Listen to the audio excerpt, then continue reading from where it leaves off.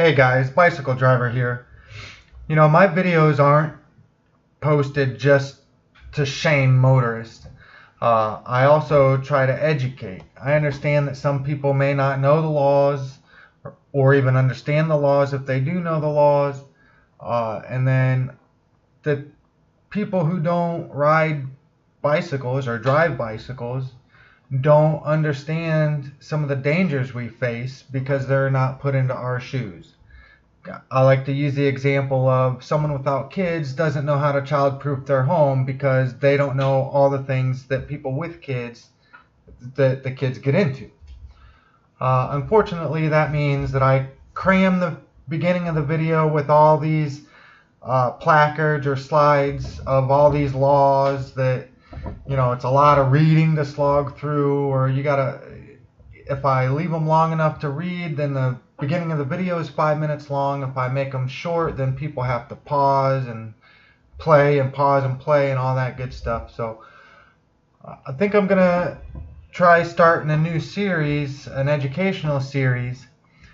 This first video is I'm just going to gloss over everything real fast.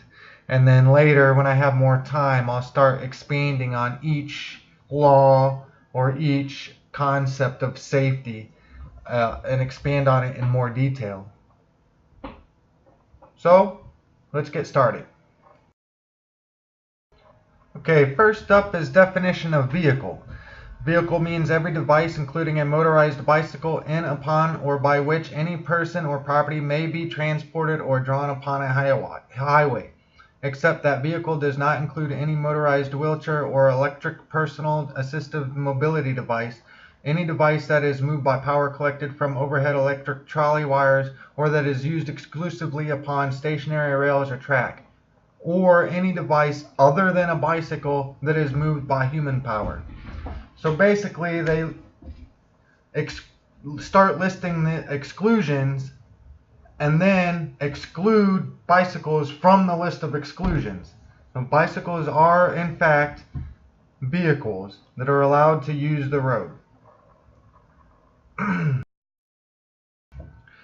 Next up is a few laws that define where bicycles are allowed to be and what local authorities can and cannot do. First up, driving on sidewalks. No person shall drive any vehicle other than a bicycle upon a sidewalk or sidewalk area except upon a permanent or duly authorized temporary driveway. Nothing in this section shall be construed as prohibiting local authorities from regulating the operation of bicycles within their respective jurisdictions, except that no local authority may require that bicycles be operated on sidewalks. Now this varies city to city on whether bicycles are actually allowed to be on the sidewalk or not. In a lot of cities, once you're past a certain tire size or age or speed, you're not allowed to be on the sidewalk anymore. And you must be on the street.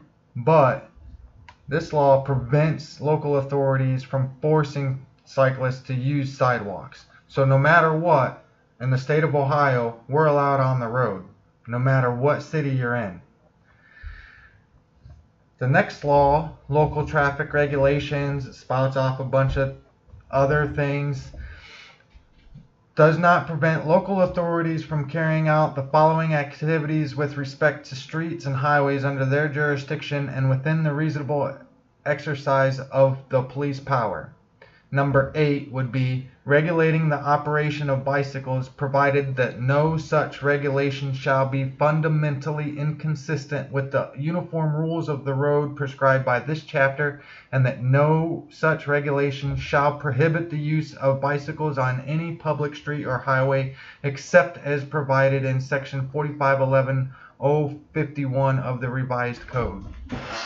Now, to begin with, this law is saying that cities can make up their own laws, be a little bit more strict, or require some additional things, but they cannot be inconsistent fundamentally with the state laws. So basically, the city laws pretty much have to say the same things as the state law.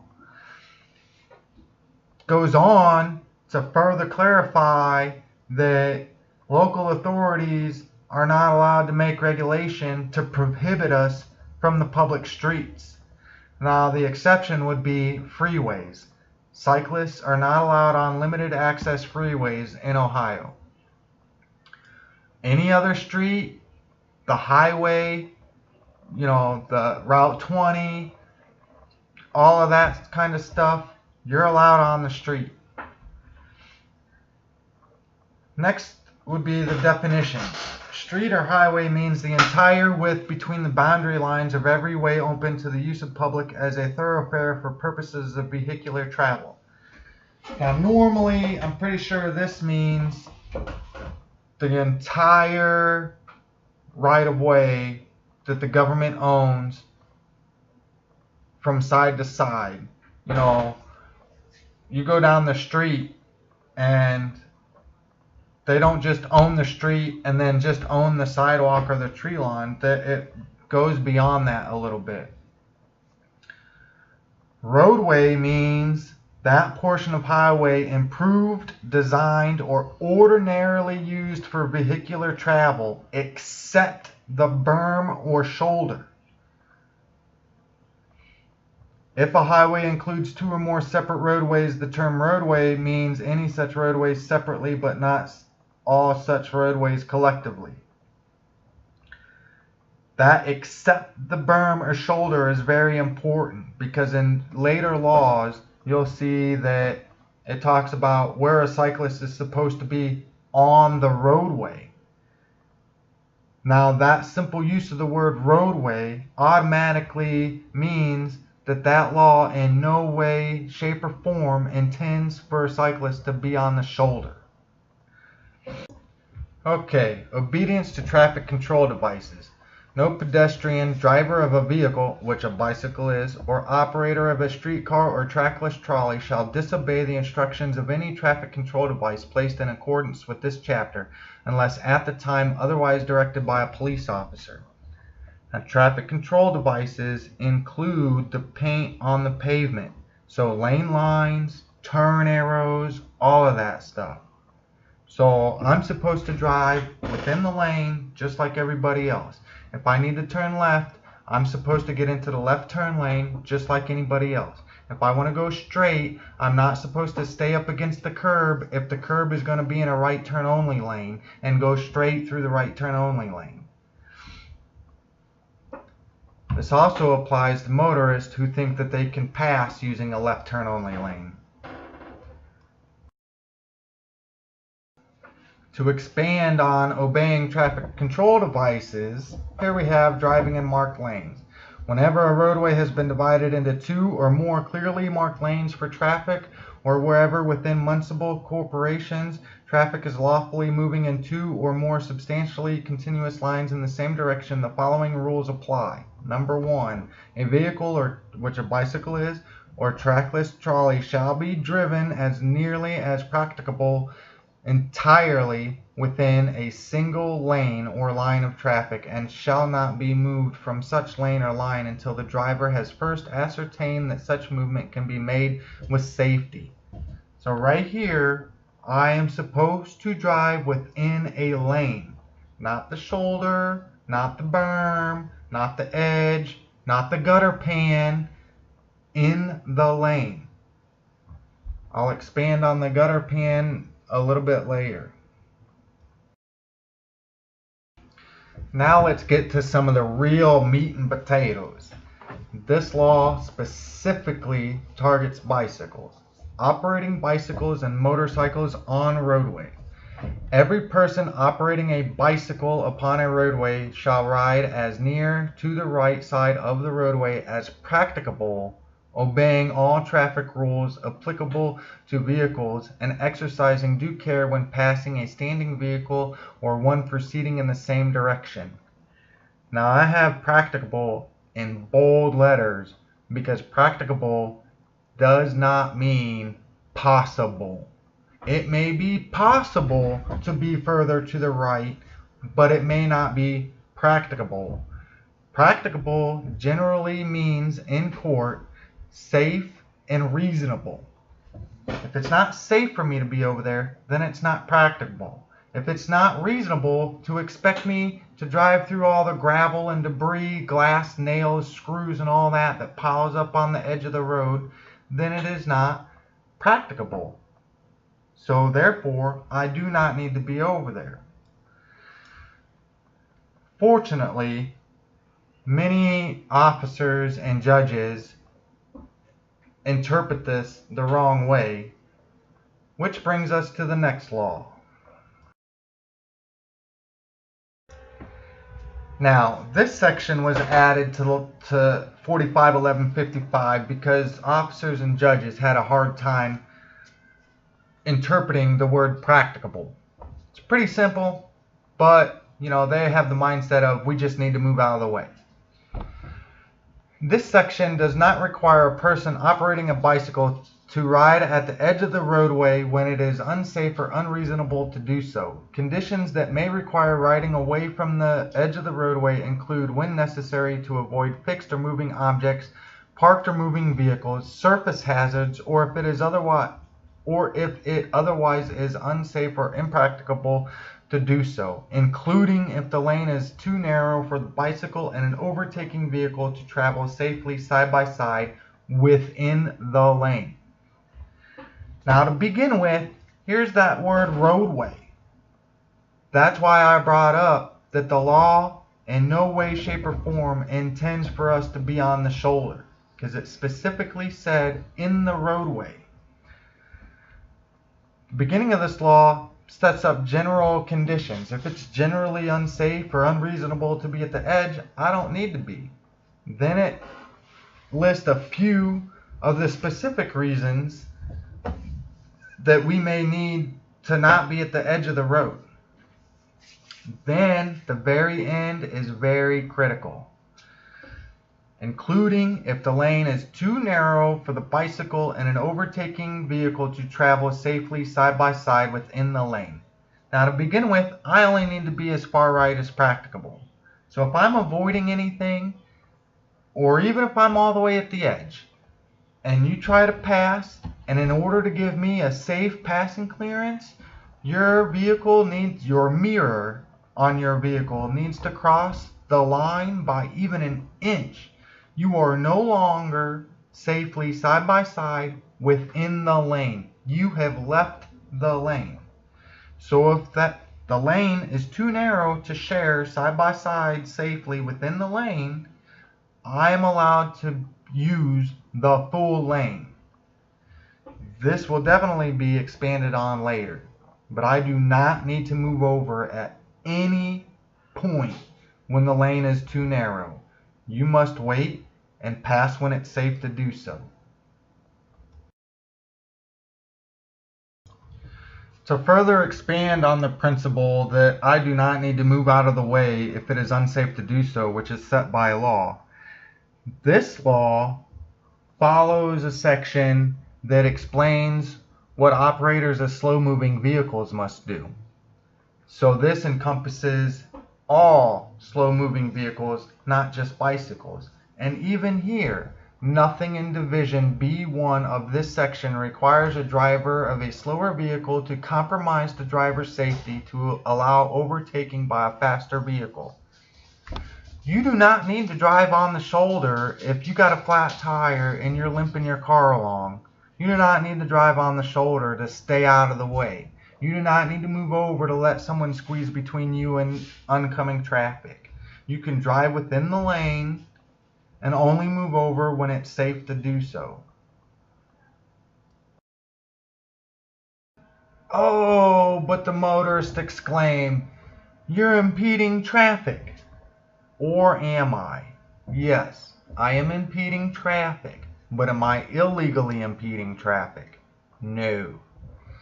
In a case involving a violation of this section, the trier of fact in determining whether the vehicle is being operated at an unreasonably slow speed shall consider the capabilities of the vehicle and its operator. This law was derived from Trotwood versus Sells. In this court case, they found that a person who's on a bicycle, who's traveling at a reasonable speed for a cyclist on a bicycle, cannot be considered as illegally impeding. It doesn't matter if I'm on a 55-mile-an-hour road going uphill with a headwind and I can only manage 3 miles per hour. That is what my capabilities are. That is reasonable for me. So therefore, I cannot be illegally impeding traffic. This will definitely be expanded on later, with like mail trucks and school buses and stuff like that.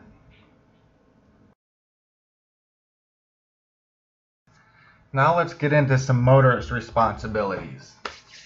The following rules govern the overtaking and passing of vehicles or trackless trolleys proceeding in the same direction. Number 1. The operator of a vehicle or trackless trolley overtaking another vehicle or trackless trolley proceeding in the same direction shall, except as provided in Division A3 of this section, signal to the vehicle or trackless trolley to be overtaken, shall pass to the left thereof at a safe distance, and shall not again drive to the right side of the roadway until safely clear of the overtaken vehicle or trackless trolley.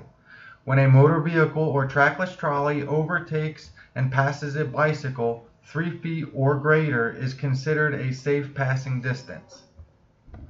Now there's 2 important parts here, even though I only highlighted 1. The first one being, shall not drive to the right side of the roadway until safely clear of the overtaken vehicle. I can't tell you how many times someone passes me, and before they've completed the pass, they're still next to me and they start moving to the right.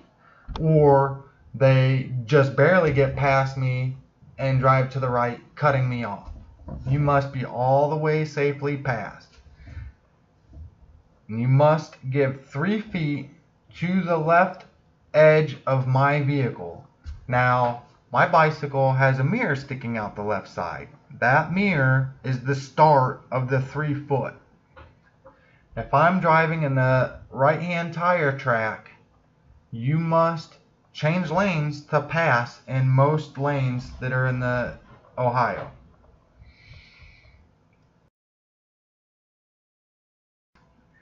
Here's one of the laws that sets up the qualifications for being able to cross a double yellow line when passing a slow-moving vehicle.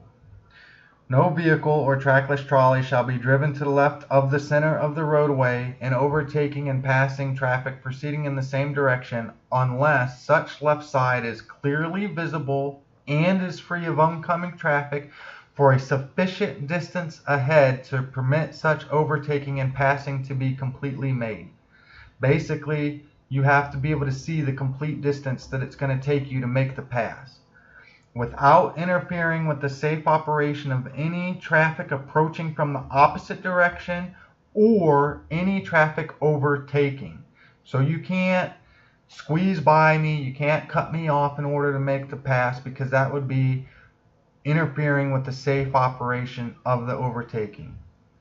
In every event, the overtaking vehicle or trackless trolley must return to an authorized lane of travel as soon as practicable, and in the event the passing movement involves the use of a lane authorized for traffic approaching from the opposite direction, before coming within 200 feet of any approaching vehicle. That means you can't just pass into oncoming traffic and swerve over at the last second. You do realize 200 feet is 2/3 of a football field. I can tell you that people pass me with a lot less distance than that until oncoming traffic, which puts oncoming traffic at risk, all for the sake of saving 2 seconds. Here's a second law that sets up conditions for crossing left of center. No vehicle or trackless trolley shall be driven upon the left side of the roadway under the following conditions: when approaching the crest of a grade or upon a curve in the highway where the operator's view is obstructed within such a distance as to create a hazard in the event traffic might approach from the opposite direction. So no passing on blind hills or blind curves. This will be expanded on later. When the view is obstructed upon approaching within 100 feet of any bridge, viaduct, or tunnel. when approaching within 100 feet of or traversing any intersection or railroad grade crossing. This means if there's an intersection, you can't pass. If there's railroad tracks, you can't pass. I do leave exceptions to these, which will be expanded on later. And finally, a third set of qualifications for crossing left of center. There's a few of these that I will leave exception to.